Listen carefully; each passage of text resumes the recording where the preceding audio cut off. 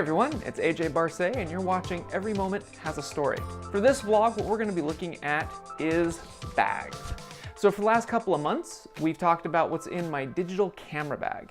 And I've been going over different apps and different software that can help you as either an aspiring photographer or just somebody who wants to know a little bit more about post-production, make your photographs pop. But this episode is dedicated towards my gear nuts.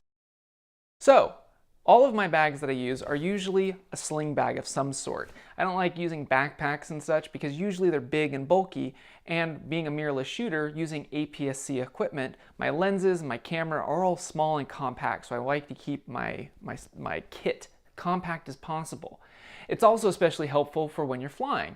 So you've probably seen this photo, which is my wife and I, and basically those two Timbuk2 bags, their Navigator series, are everything that we put into our trip in Europe for almost 3 weeks. We lived out of one bag apiece, carry-on, and a camera bag.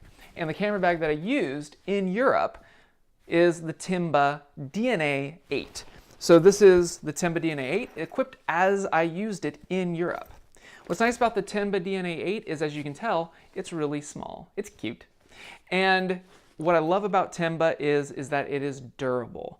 Part of their slogan is that their bags are built without compromising. And it's true. They have some really top-notch hardware. They have basically welded rings so that you don't have to worry about breakage. They're actual metal. Their strap, which I'll get to in a little bit, is basically seatbelt material. It's really durable.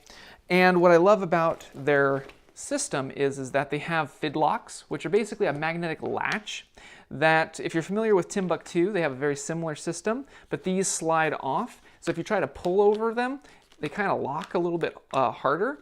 You kind of have to kind of slide over and pull for them to unlock. And then you have very noisy Velcro, which some photographers don't like, especially if you're shooting like weddings and events, because it's noisy. When you're traveling, I love it because it tells me somebody's trying to get into my bag. So I love the fact that they have very strong nylon. The other thing that I love about the DNA series, and it comes in like 8 and 13 and 15.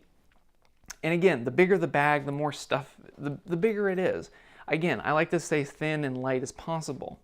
But the other thing I love about their bag system is they have a blind opening. So you don't have to open up the flap and have everybody with prying eyes and prying fingers seeing all of your equipment. So that's the reason why I love the fact that they have an easy access zipper. They also have a back zipper so you can tuck away documents, maps, and such. It also has an integrated slot for an iPad mini, not a full-size iPad. That's how small this is. The other nice thing is that they designed this so that if you're a working photographer and after you're done with the shoot and you're at the hotel, you can take out a removable insert, and so that you have a nice messenger style, very sleek charcoal gray that also comes in different colors. Just a messenger bag, so you can throw some stuff in here and perhaps go out for an evening. The other nice thing I love about the Timba is they also equip you with this. It is a rain fly. Basically, it's black on one side so that it keeps rain and weather out. It's also shiny on the other side so that in the summer months, if you're out in the sun, it reflects the sun and helps cool off your bag so that you're not toasting your equipment. Super nice. Now, one of the things, so that's all the positives. The downsides. One more positive actually, grab handles. Bag manufacturers, please pay attention. Put a grab handle on your bags. Photographers like that. With that said, moving on. Let me go into the negatives of this bag. Negative number one is the actual strap. Although it is a removable strap and it's very durable, as I much said, there's not much padding. There's a little bit. It's also a very narrow strap. If you're used to a Timbuk2 or even a Manfrotto, which is what I'm going to show you in a second, a wider strap is a lot more comfortable than a narrower strap, even with a small bag. Reason is because it kind of helps distribute the weight on your shoulder. And this narrow strap, even though it's got padding, it can be a little bit tiresome after a while, especially if you have a lot of kit. The one critique I would have is the bigger DNA bags, so I've been told, have a bigger strap. I would lean more towards that. Again, it's interchangeable, so it's not that big of a deal. The physical size of the bag, like I said, I worked Europe for about almost 3 weeks using this bag, and I also cheated. I used an ape case. This is actually part of my official review, but I love ApeCase because what this case allows you to do is use Velcro, strap it onto any case that you, or any bag that you have, and you have a zip top, easy access, and very padded outsert, I guess it's an outsert because it's outside the bag, that you can put, say, a telephoto or a small prime. So that's basically how I had myself equipped for Europe, was my Tenba DNA 8 with an ApeCase. What I had in it, I had a couple of primes, I had a zoom lens, and I had my A6000 at the time. Now, one of the things I want to point out with all of these bags, because from this point forward, my bags are going to get bigger. Now, if I were going on personal holiday and I know that I'm just going to be shooting things like my wife or my family, this is basically my go-to bag, even without the extra ApeCase on the side. The thing about mirrorless that I want everybody to remember is their bodies, especially if you're using APS-C sensors, whether it's the Sony Alpha series or the Fuji series. These are small kits for a reason. It makes it easy for you to get in, get out, shoot, and have easy access to your equipment. The more that you put in your bag, the more you have to carry, the more you have to worry about, and honestly, it hinders you from taking photos. That's the whole point. Many a times when I go traveling, I see photographers, whether they're amateurs or just enthusiasts, they'll have their camera around their neck and they're not taking any pictures. Or, worse yet, they have their camera in their hand and they're just spraying and praying, not even thinking about what they're taking a photograph of. Or the third type of photographer is they have a bag with so much equipment that they only use the one lens that they strapped on their camera because it's a hassle to get everything out. And so when you travel, or depending on what type of photography you're doing, everybody's bag and everybody's equipment choice is going to be different. What I'd like you to think about is just bring the tools that you need for what you're doing, whether you're a professional or an amateur or an enthusiast. So that's why I like the Tenba DNA 8, is that it forces me to realize what's important. So typically speaking, if I have this bag, I'll have my favorite prime like a Sigma 30. I'll have my wide range zoom, something like a 24 to 105 zoom, and maybe one extra lens like an ultra wide. And that's it. 3 lenses, camera body, and a metric ton of batteries. Because I'm a mirrorless shooter. You carry more batteries than anything else. And this is my recommendation for a small, fast, and light kit bag. Next up is Manfrotto. It's the Manfrotto Allegra series, and this bag also comes with a hardshell case. So the one thing that is different between this and the Tenba is that these bags, one has an insert, one has a hardshell kind of an insert. Basically, this allows you to throw in maybe 2 lenses, maybe your best primes that you want to have a little bit harder case, and then throw it in your bag. Or at least that's how I would recommend it. Because the reason is that there is not a lot of padding in this bag, so that's how they supplement it. But in doing so, because there's no insert, and you can put an insert in it, typically I use the Tenba's insert.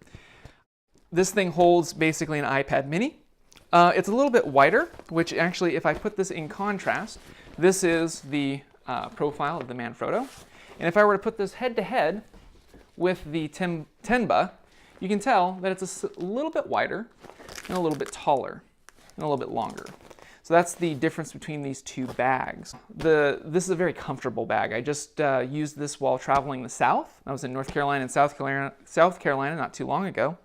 And it's a very comfortable bag. Nice broad strap, much like I just talked about, non-padded, which Manfrotto, I would have liked a padded strap because it is an integrated strap, which is something I prefer actually. I like an integrated strap because 1, I don't have to worry about extra hardware clinking around and stuff, but also if you use an ApeCase or a capture clip, which I'll demonstrate in a second, it's a nice point of attachment. So you don't have those turnbuckles and it gives you a nice, sleeker bag. This thing carries pretty much an iPad mini. I can carry probably 1 extra lens over the Tenba, and I don't have to use an ApeCase this way. That's the reason why I bought this Allegra. Basically, it's the Tenba in between the DNA 8 and I think they call it the DNA 11 in size. So that's the reason why I have the Manfrotto Allegra. Now, things I don't like about it. 1, no padded strap.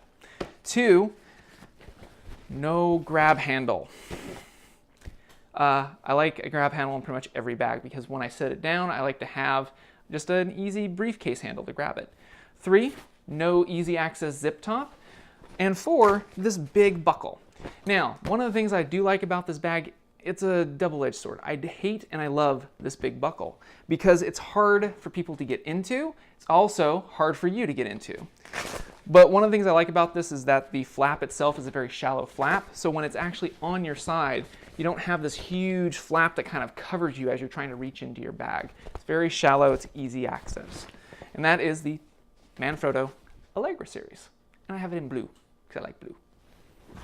Last up is my mobile office. It is the Peak Design Everyday Messenger 13. Now, you may have seen Peak Design on Kickstarter. That's where they kind of got their start. They made this thing called a capture clip, which I'll show in a second. But they also came out with the Everyday Messenger bag, highly endorsed by photographers, including Trey Radcliffe, who helped kind of finesse their design in making it a very effective bag for a working photographer. They recently came out with a 13-inch, which I was excited about because, again, I like to keep a very fast and light kit. But for the times that I'm doing client work, I carry a lot of gear with me and I need something very comfortable.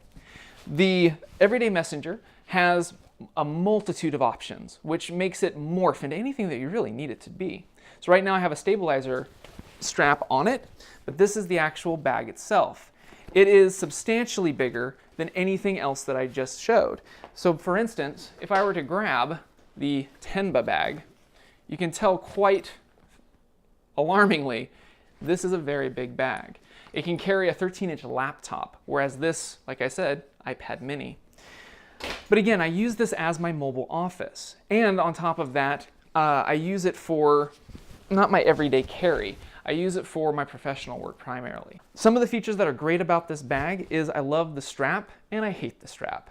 One is that, again, it is an integrated strap, which is something that I prefer. It also has this hinge pivot point, which allows the bag to sit on you a little bit more naturally. It also has their easy slide strap guide. I don't know what else to call it. It's part of their ecosystem. If you buy a camera strap from them, it's the same style of clip. The strap itself can morph based off of this little lock. And basically you have 3 modes. You have a shoulder strap bag, you have a light messenger bag, and then you have what I call the urban tactical messenger bag, where the stabilizer strap comes in handy, and it also has a waist strap. You can tell also on the side that I have my camera on the outside of my bag. And typically when I travel, I like that. It's either in my hand, which is why I have a hand lanyard. I don't use a neck strap, or I use the capture clip, which was one of their first products that they made. Now, the capture clip goes on the outside by way of a secondary strap. It's actually not attached to the actual physical strap like I do on the Allegra. It's actually a dedicated strap for their attachment. You have one on each side, so you can have basically 2 camera bodies, or they also have an attachment for their lenses. So if you have a lens, if you want to switch lenses out, it's easy to swap it out. And also you can tell I'm not worried about it. It's a very stable clip. Some of these clips that you've seen or that are knockoffs, I wouldn't recommend using them. These things are really hell-built for Stout. They did an awesome job with the machinery, and also you're able to tension it so that it is really locked in there. Even if somebody wanted to try to steal it, if I have the lock on, it's really hard for it to come out. And I would know if somebody's trying to steal my camera. So again, that's another benefit. Grab handle, which is what I've been handling this whole time, and an easy access zipper, which is great. So I can reach in, grab gear, and not have people know what I'm carrying. Last but not least, getting into the bag, they have a patent pending mechanism that is a combination of tension as well as magnets. Think of it like a fidlock on a ladder. So basically, if you try to pull down, it locks. You have to actually pull up and out, which will disengage the magnet and this tension elastic band that holds the actual mechanism together. And then you have a plethora of space, as well as a control center. Basically what Peak Design has done is that they have green and red stitching that kind of shows what's spent and what's free. And I have a plethora of batteries, because again, mirrorless shooters, we carry that more than pretty much anything else. Now, one of the other things that come with this bag is this origami folding insert. And basically what this allows you to do is to kind of origami fold based off of the lens profile that you have in the bag, but as you can tell, it's a very deep insert. So it's really intended for full frame glass, or if you're rocking a DSLR. I don't like using them that much. I have one in here. Typically speaking, I'll reuse my actual square inserts because, again, I'm a mirrorless shooter and I have very small glass that I bring with me. So that's one of the downsides that I have for the Peak Messenger. So speaking of downsides, let me get to from the good to the bad. So first up, the strap. It's integrated and it's also cutting my shoulder. Peak Design, I love you guys, but whatever foam that you used, when this thing is loaded to the hilt, it's very heavy on the shoulder and this pad does not do enough. One of the things I would hope to see is maybe a memory foam pad instead of this high density foam pad. When it's not loaded, it's really comfortable. But when I have equipment such as my flash kit and everything else in here, it kind of does cut my shoulder. It's also a very stiff bag. You can tell like as I'm taking it off, whereas the Tenba and the Allegra, they're also older bags, so I've broken them in. I'm hoping that this bag gets a little less stiff, especially right here where this sits on your hip. There's this bar that holds the actual top seam together to the grab handle. So that's the bad parts. The other thing is, again, the origami folders, I'd love it if you made smaller folders so I could use them with my smaller glass as opposed to wasting space, which is what those folders are supposed to do, is help save on wasting space. Last but not least, the size. I love this size. However, I would like one smaller size because, again, between this and the Tenba, it's a huge gap. And that's something that I look for in every bag, is kind of the love child between these two. I haven't really found it.